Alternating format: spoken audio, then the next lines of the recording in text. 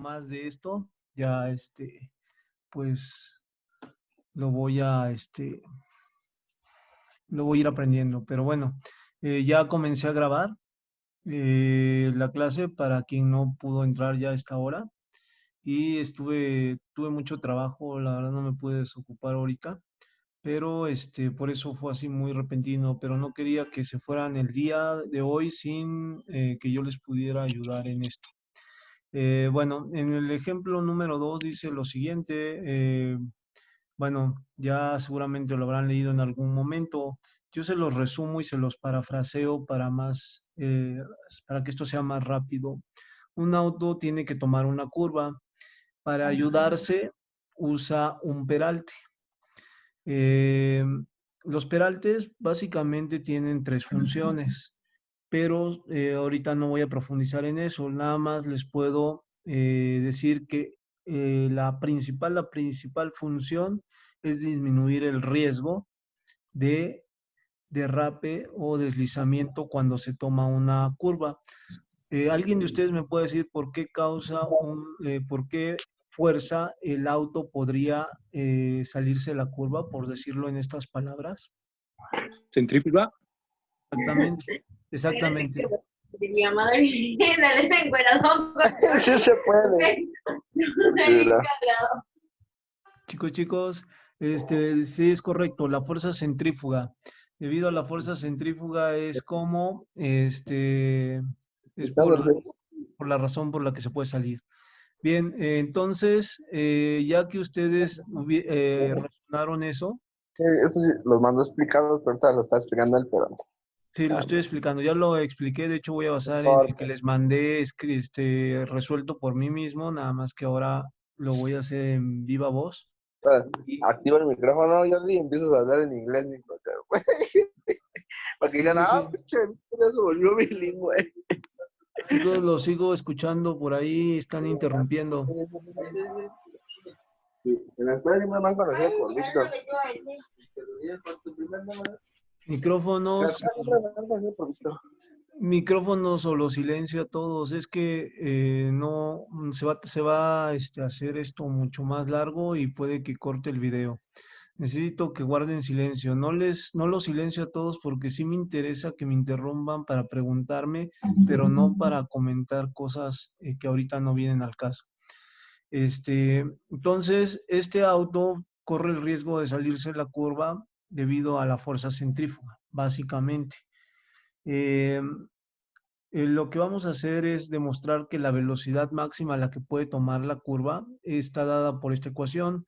Este problema se trata de una demostración matemática. Voy a demostrar que la velocidad es igual a lo que marca aquí. No sé si ustedes pueden ver que estoy mostrando el texto y la ecuación de velocidad en este momento. Sí. Ok, muy bien. Entonces voy a demostrar que la velocidad a la que puede hacer esto es esa. Entonces voy a tomar la explicación que tengo aquí en el escritorio y voy a abrir en este momento estoy abriendo el documento o la imagen del escaneado. ¿Sí lo pueden ver? Sí. La solución escaneada, ok. Sí. Entonces, bueno, aquí está el diagrama de cuerpo libre. En la clase anterior o en el video anterior, dije que lo más importante en este tema es que su diagrama de cuerpo libre esté correctamente realizado. Esto realmente representa el 50%, por decirlo en esas palabras, de lo que es la solución, es decir, es una parte, pues incluso yo creo más del 50% lo define este diagrama. Si este diagrama está bien hecho, lo demás considero que es menos importante, pero pues hay que hacerlo, ¿no? En este caso, el diagrama de cuerpo libre muestra 4 fuerzas básicas, que son la normal, que es la reacción. En realidad se dibuja como una, pero habría 4 normales, pero como es la partícula o se trata el auto como una partícula o un punto que es su centro de masa, se simplifica a una sola normal.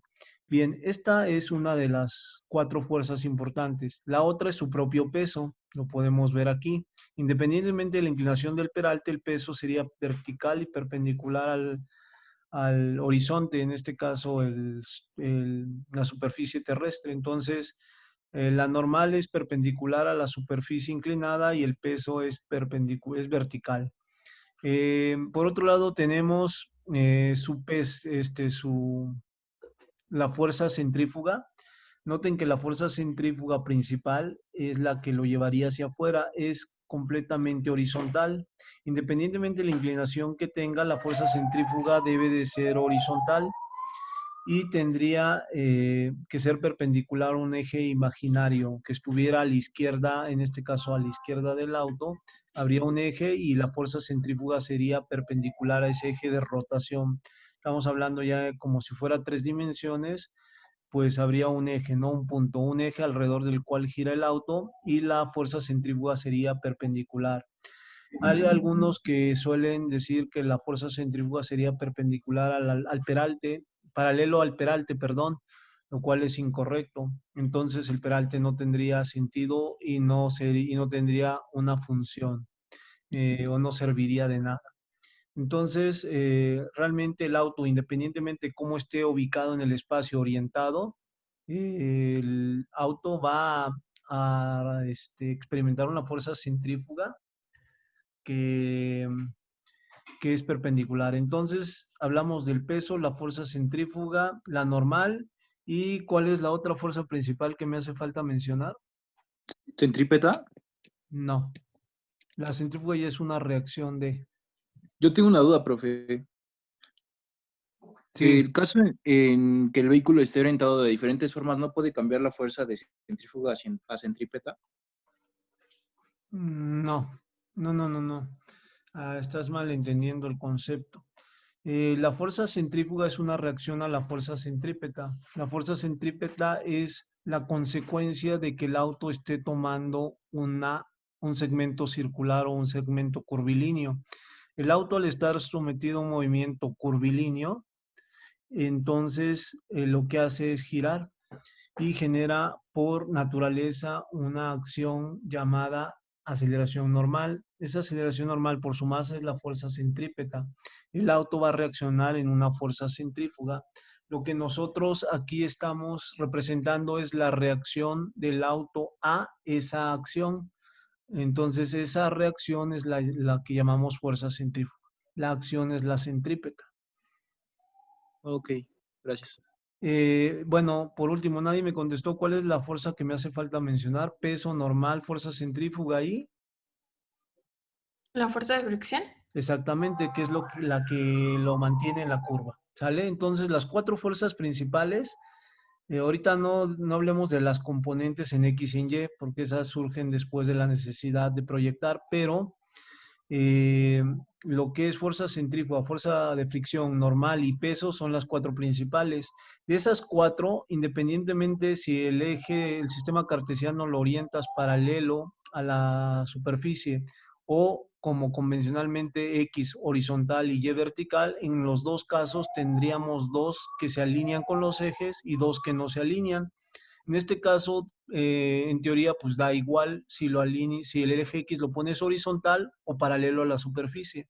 Aquí yo sugerí ponerlo paralelo a la superficie con otro fin, que la fuerza proyectada al eje X de la fuerza centrífuga dejara claro que el peralte lo que hace es fraccionar la fuerza centrífuga, es decir, hace que disminuya de tal modo que ahí se nota la efectividad de un peralte. Ahora, la fuerza centrífuga que experimenta el auto ya no es FC, ya solo es FCX. Y como ustedes saben, FCX es una fracción de FC. De hecho, es coseno de alfa veces la fracción, lo que vale FC o el entero de FC.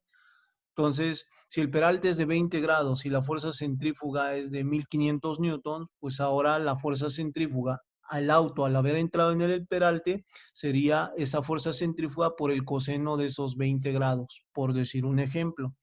Entonces, se fracciona significa que se minimiza o disminuye el efecto de la fuerza centrífuga de una FC a una FCX. La finalidad por la que puse X paralelo a la superficie inclinada, bueno, fueron varias, pero la principal fue esa. Y como el video no lo puedo alargar, entonces, por lo tanto, es importante, este, pues, tratar de resumir. Ustedes saben que nunca se va a comparar una clase aquí con una clase presencial. Entonces, bueno, Profe, sabiendo, sí, ¿la fuerza centrífuga solo va a existir cuando haya radios? O sea, eh, en las curvas. la fuerza centrífuga es la consecuencia de que la partícula entre en un movimiento curvilíneo, independientemente de que sea un círculo o una curva de radio variable. Ah, ok, gracias. ¿De casualidad eres Natalia? Sí. Ah, sí, no. Bien. Ahora, este, bueno, ahora vamos a hacer un recuento. ¿Cuántas fuerzas hay? 4. De estas 4, 2 se alinean con los ejes, por lo tanto, 2 no se alinean. Las 2 que no se alinean con mi convención, bueno, yo combine que X y Y fueran paralelo y perpendicular a la superficie inclinada. Las que no se alinean son el peso, por lo tanto, la proyecto como, en lugar de W, ahora la manejo como WX y WY. Nótese que WX va en sentido contrario del posible movimiento que sacaría el auto de la curva. Y WY es una proyección que se dirige al piso. Esto es como una fuerza que lo ayuda a pegarse al piso, por decirlo en estas palabras. Es como si el auto tuviera un alerón y el alerón lo estuviera ayudando a pegarse al piso. Además, el peralte de fraccionar la fuerza centrífuga genera una componente que le da adherencia, lo que hace un alerón en el caso de los autos que lo usan para ese fin. Entonces, noten que ya voy mencionando dos importantes contribuciones de un peralte de cuando un auto o cualquier medio de transporte, puede ser también un tren, toma una curva. Es posible que cuando hayan viajado en el tren suburbano, en el metro, en curvas relativamente cerradas, noten que los vagones se inclinan ligeramente. Es porque existe un peralte para minimizar el efecto de la fuerza centrífuga. Pero bueno, cuando regresen nuevamente a la ciudad y tengan la oportunidad de bajar en el metro y en el tren, tomen en cuenta esa inclinación cuando vayan en el transporte. Ahora bien, lo siguiente, voy a desglosar todas las fuerzas aquí. Del lado izquierdo estoy mostrando que voy a desglosar.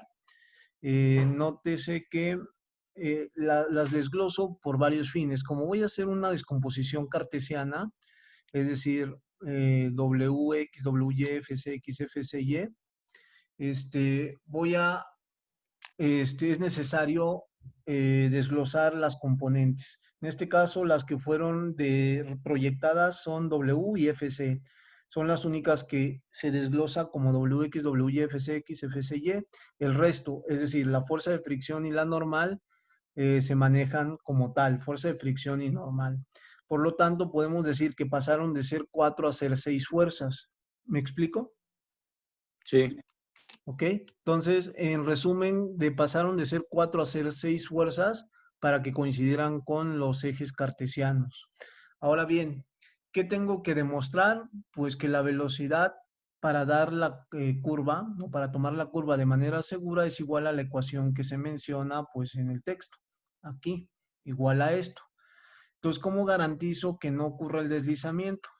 Muy simple, es una condición de estática. En realidad es una condición de es una condición de equilibrio. Aquí dice entonces que la suma de fuerzas en X es igual a cero. Quizá ustedes dicen, bueno, ¿que no estamos en la segunda ley de Newton? Sí, en efecto.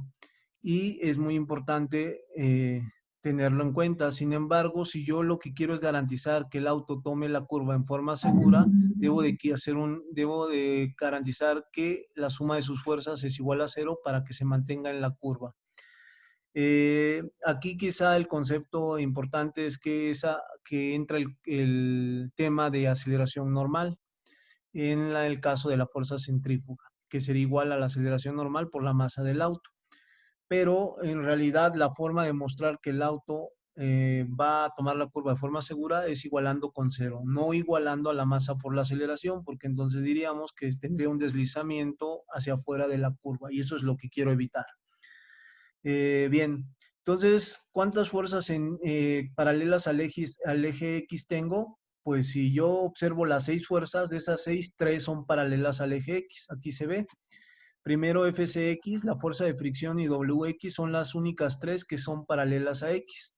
Por lo tanto, el movimiento se evitará, es decir, se garantizará el no deslizamiento y por lo tanto la vuelta segura siempre y cuando la suma de estas fuerzas, que son las que responsables de mantenerlo o bien sacarlo de la curva, sea igual a cero. Las de Y no me interesa puesto que son perpendiculares a la superficie. Entonces, las que me dan la garantía son estas 3. Y en eso se basa toda la solución. ¿Sí? Una pregunta, ¿por qué aquí considera la fuerza de fricción negativa? Ok, sí, te entiendo. Bien, aquí nuevamente, el día de ayer, ¿alguien me puede recordar por qué dije que se asigna más o menos, o sea, el signo a una fuerza? ¿Cuál fue el criterio? Porque dijo que es de acuerdo hacia el sentido en el que va a ser el movimiento. Ok, muy bien, Natalia. Entonces, Va a ser positivo cuando ujú. Sí, sí, sí, te escucho. la fuerza contribuya al movimiento y va a ser negativo cuando se oponga al movimiento. Ok, sí, es correcto. Bien, si me llegara a No sé, desconectar, ya, se vuelven a conectar, por favor, porque es posible que me ponga límites. Este, ¿Y alguien iba a comentar algo? ¿No? Bien, entonces lo que acaban de decir es correcto. Asigno el más o el menos dependiendo. Entonces, aquí tengo que suponer hacia dónde se movería el auto en caso de que sucediera lo que no tiene que suceder precisamente. ¿Para dónde se movería el auto? ¿Quién me dice? hacia fuera de la curva, ¿no? Ajá, o sea, pendiente hacia abajo, pendiente hacia arriba. Pendiente hacia arriba. Exactamente. Entonces, a pesar de que el sistema yo lo estoy planteando en equilibrio, si ocurriera el movimiento, el cual debo de evitar, sucedería hacia arriba. Por lo tanto, en el movimiento, el signo se asigna en función de que el movimiento ocurriría hacia arriba. Quiere decir que aquellas fuerzas que estén contribuyendo a que éste se mueva pendiente hacia arriba, o sea, en otras palabras, que el auto se salga, serían positivas. Y aquellas fuerzas que están evitando que éste se salga o se resiste a este movimiento de deslizamiento hacia afuera, serían negativas. Por eso, aquí se ve cuáles evitarían el movimiento y cuál es la responsable del movimiento. Aquí entonces, por el signo que les puse, ¿quién es la responsable de que el auto pudiera salirse o generar el movimiento? Fuerza centrífuga. Por supuesto. ¿Y quiénes están evitando que éste se mueva? La fuerza de fricción. Y El peso. Y el peso en peso, X. exactamente. Entonces, noten que es coherente la asignación del más o el menos según el criterio que les expliqué y siempre lo va a ser así, ese criterio no falla. Entonces, aquí tomen en cuenta tercer contribución o importancia de un peralte. Como inclina el auto su peso y genera una componente, aparte del peralte genera una componente de peso del auto en X. Esta se resiste al movimiento. En otras palabras, el peralte ayuda a que el propio peso del auto evita que se salga, es decir, lucha contra la fuerza centrífuga. No sé si me explico. Sí. ¿Sí? Entonces, ya van 3 contribuciones de un peralte. Digo, igual y yo sé que aquí hay robóticos y hay de sistemas, pero eh, es muy interesante lo que hace este tipo de arquitectura de las carreteras, ¿no? O de las pistas. Bueno, Entonces, resumo, la fuerza centrífuga es positiva porque esta es la que produciría el movimiento. Y la fuerza de fricción y el peso en X son negativas porque evitarían o están en sentido contrario de ese posible movimiento. Y digo posible porque no necesariamente ocurre. Bien, por otro lado, si yo hago una suma de fuerzas en Y, me va a ayudar a encontrar una incógnita que posiblemente me encuentre más adelante en esta suma de fuerzas en X. Déjenme ver si puedo ir rayando. Aquí creo que puedo dibujar con este. Aquí está.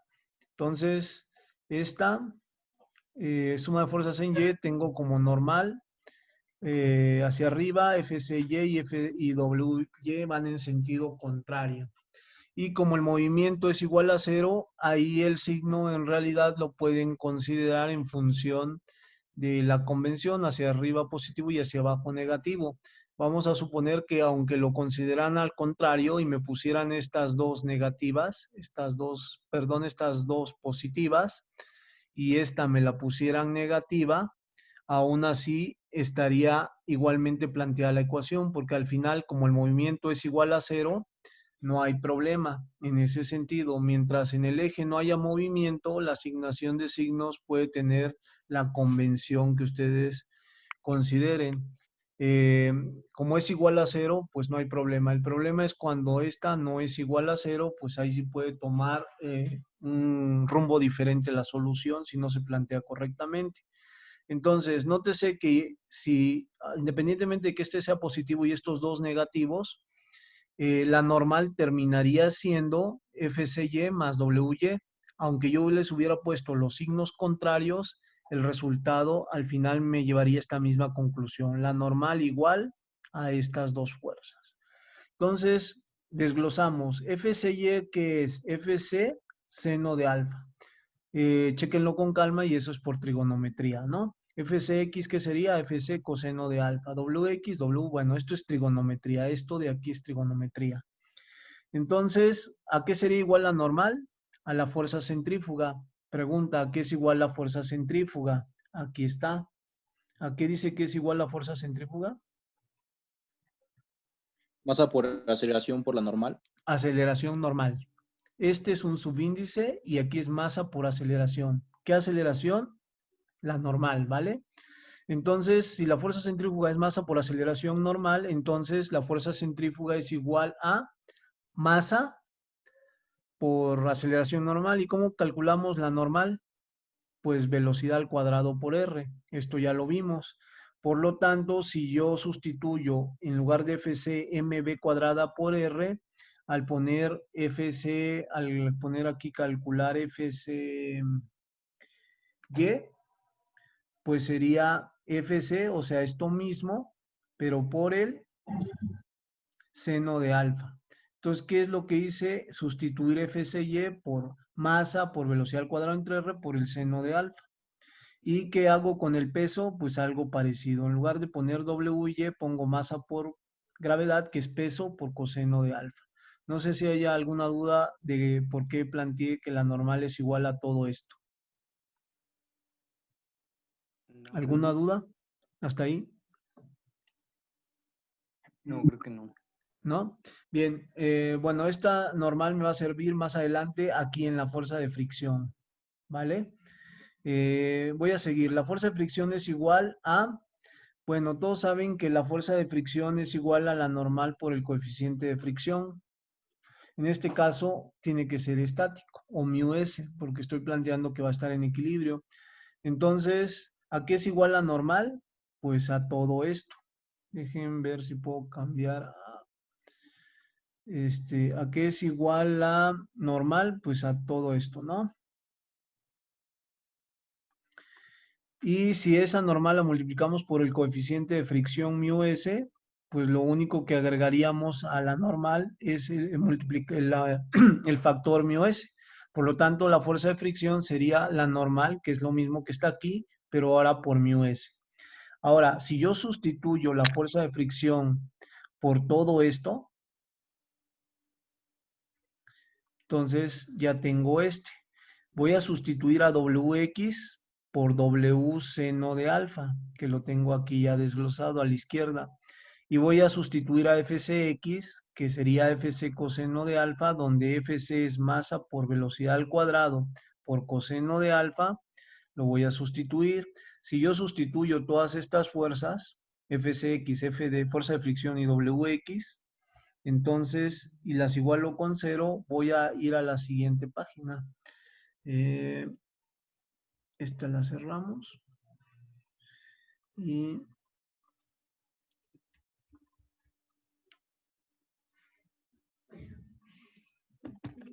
espérenme, me estoy aquí atorando con esto. Ahí está. Esta. Aquí está, esta es la página 2. Borrador. Ya estoy en la segunda página, o en la segunda hoja.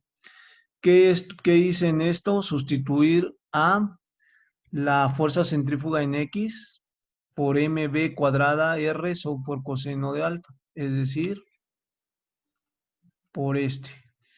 Luego dice que es menos la fuerza de fricción. Estos dos elementos, aquí que estoy encerrando ahorita en un rectángulo, son la fuerza de fricción. Este que estoy tachando es Fcx. Y al último, ¿quién iba? ¿Quién me recuerda qué es esto? Es el peso. Es el peso en X, ¿vale? Y entonces, nada más lo que hice es sustituir cada uno de esos, pero ya desarrollado, desglosado. Esta ecuación, igualándola a 0, automáticamente pone el auto en una condición segura. Como la suma de fuerzas va a ser igual a 0, no va a haber movimiento en el eje X y por lo tanto no va a haber deslizamiento y tomará la curva de forma segura. ¿Quién es la incógnita en toda esta ecuación? En toda esta ecuación, la velocidad. Entonces, si la incógnita es la velocidad o a quien hay que despejar o quien debe quedar explícita, pues procedes a despejar la velocidad.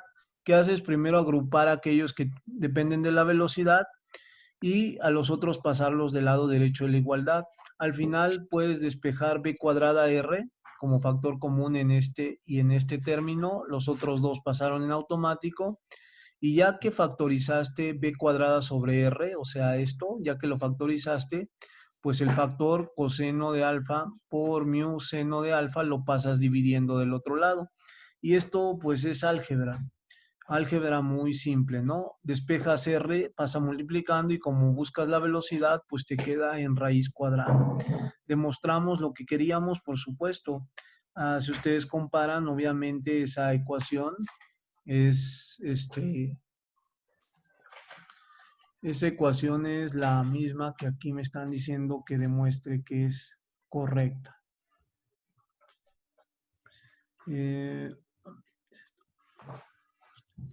Y bueno, esto sería pues básicamente todo, haber demostrado que la velocidad es igual a... ¿De qué depende la velocidad del auto? Pues del radio de la curva, del ángulo del peralte, del coeficiente de fricción, que a su vez depende de muchas cosas más.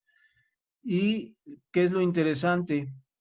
Que la velocidad no terminó dependiendo de quién. ¿De la masa? Exactamente. Eso es muy interesante porque al final la masa, si se dan cuenta en la ecuación, se reduce a 1, es decir, es como si se eliminara, ¿no? En otras palabras, no importa qué tan pesado sea el vehículo, la velocidad se calcularía igual. Es decir, esta sería la misma ecuación para un auto, para un tráiler. Y claro, ustedes me dirían, pero eso no es correcto, porque un tráiler en una curva se voltearía con mayor facilidad y un auto no, pero entonces ya estamos hablando de otra cosa, que es altura del centro de gravedad. Y cuando ya hablamos de altura del centro de gravedad, ya estamos hablando de otros factores. ¿En dónde estarían considerados todos esos factores? Pues en las propias variables cinemáticas, que son pues el coeficiente de fricción en este caso, y está pues implícito en las propias variables de la ecuación. Ya al final en el inciso B me piden calcular qué radio, me dan unos valores y pues ahí lo que haces es despejar el radio a una velocidad y pues creo que eso también es álgebra y sustitución. No sé si tengan alguna duda, me gustaría escucharlos y pues para ya despedirnos. Bueno, yo tengo una duda, pero es fuera del tema. Entonces, es sobre los parámetros que pidió para la calificación del segundo parcial. Sí, dime. En el inciso 7 dice, del problemario que entregué, el profesor elegirá un problema al azar y se le registrará en forma de una lista. Y se les informará cuál le tocó a cada uno de los participantes. Ese problema único puede ser cualquiera de los dos temas. ¿A qué se refiere con los dos temas?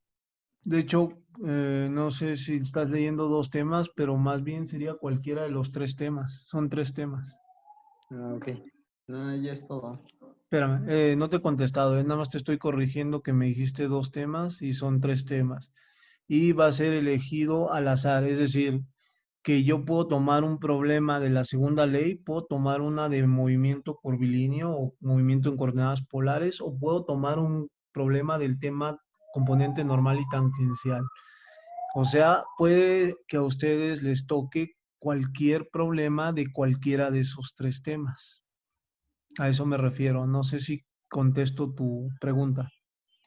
Sí, gracias. Otra pregunta, aunque no sea de esto, pero si es de esto, pues mejor, porque las otras como sea me las pueden hacer por WhatsApp, pero esta, de este ejemplo, pues no sé, me gustaría escucharlos.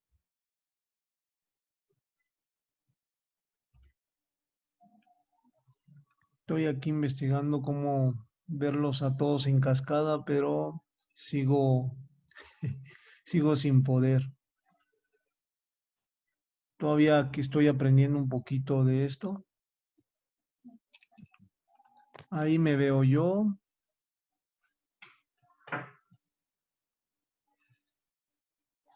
Y pues ahí veo ahí a Daniel, es el único que no tiene miedo de mostrar su verdadero yo.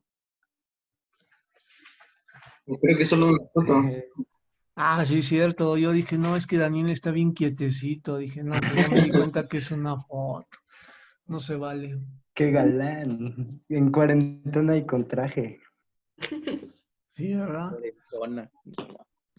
Pero bueno, no sé si tengan alguna, algo más que quieran preguntar antes de pues de cerrar esta clase. No, todo bien. Sí, bueno. Entonces, no olviden que también estoy resolviendo dudas por WhatsApp. Nada, si sean bastante precisos a la hora de preguntarme. No me vayan a preguntar un día de antes de entregar, porque pues, igual y me llueven tantas preguntas que no termino de contestarles, ¿no? Por eso mucho tiempo de anticipación les estoy dando para que no me vayan a hacer esa maldad.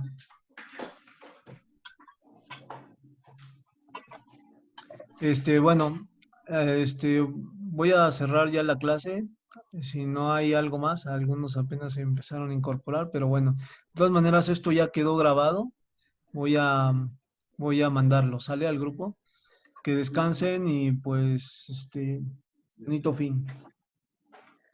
Sí, profe, gracias.